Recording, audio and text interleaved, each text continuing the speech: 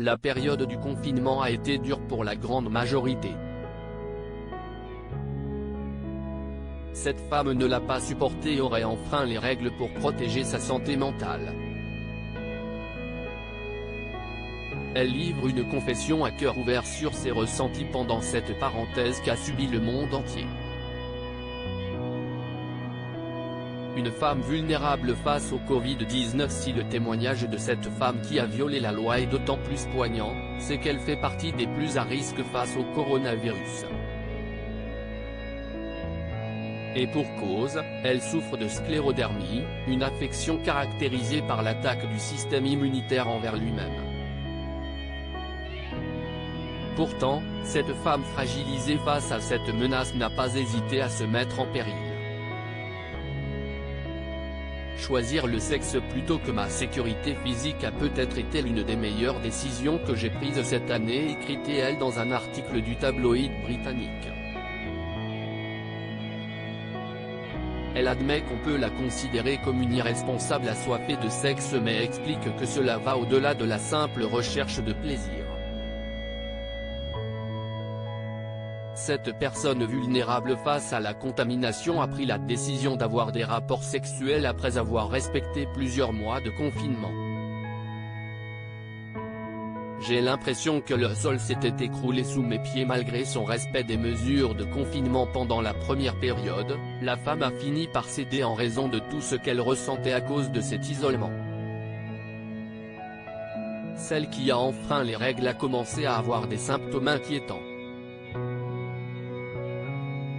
Cauchemars, insomnie, anxiété, dépression sont autant de conséquences qu'elle a subies pendant cette mesure de protection. Elle raconte avoir souffert d'un syndrome post-traumatique lorsque le deuxième confinement a été annoncé au Royaume-Uni. J'avais l'impression que le sol s'était écroulé sous mes pieds, se remémore-t-elle. Puis d'ajouter, je vivais avec un colocataire et après en avoir discuté avec lui, j'ai finalement pris la décision de donner la priorité à ma santé mentale en choisissant l'intimité plutôt que la sécurité. D'ailleurs, certains experts recommandent d'utiliser des masques pendant les rapports. L'intimité est un élément clé de ma santé mentale. Après avoir respecté scrupuleusement le premier confinement, la femme a commencé à souffrir d'une détresse émotionnelle qui peut entraîner certaines douleurs. Pour elle, c'est le premier argument qui l'a amenée à violer la seconde mesure de protection contre le Covid-19. Elle raconte qu'avant que soit prononcée cette dernière, elle avait renoué avec un ancien flirt qui vivait seul, s'était isolé, et n'avait pas eu de partenaire depuis des mois. C'était le candidat idéal pour une bulle sexuelle, se remémore-t-elle. Anna raconte que malgré les sanctions auxquelles elle s'exposait, cette personne pouvait satisfaire son besoin irrépressible de contact physique. L'intimité est un élément clé de ma santé mentale, soutient-elle. Le sexe contre les troubles mentaux. Anna ne regrette pas cette décision malgré les risques auxquels elle aurait pu être exposée en raison de sa santé.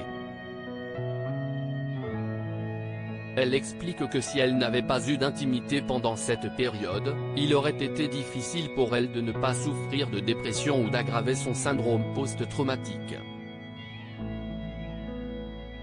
Ces troubles me font glisser dans un état dissociatif lorsque je suis isolée. J'ai l'impression de flotter loin de mon propre corps, témoigne la jeune femme. Puis d'ajouter, le toucher doux et sensuel et le sexe m'ont aidé à ne pas perdre pied avec la réalité. Le gain valait chaque seconde d'anxiété. Elle raconte avoir réellement souffert de ce manque de proximité physique.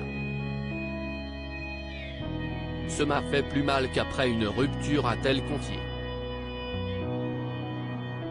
Ce manque était présent à tel point qu'elle révèle que le meilleur moment de sa journée est quand elle frôlait accidentellement quelqu'un dans la rue.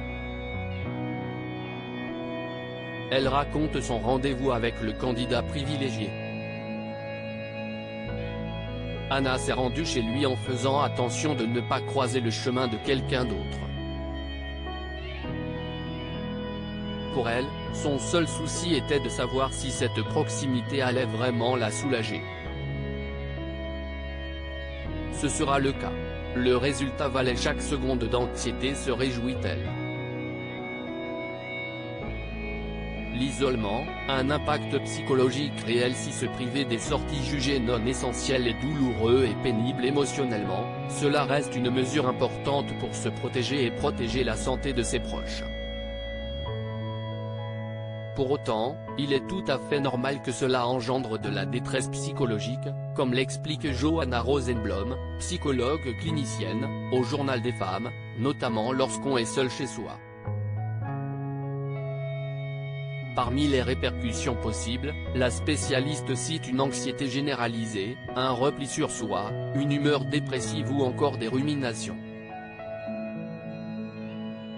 Mais il existe des mesures pour contrebalancer ce phénomène présent chez bon nombre des confinés. Appeler un ami ou sa famille par visioconférence est tout indiqué pour éviter les sensations qui découlent de l'isolement, d'autant plus que la peur du virus peut provoquer de l'anxiété et un surmenage. Profiter de cette parenthèse pour faire des choses qui nous aident à évoluer sur le plan personnel peut nous aider à donner du sens à cette période provisoire. En cas de difficulté importante, il peut être utile de faire appel à un médecin ou un thérapeute.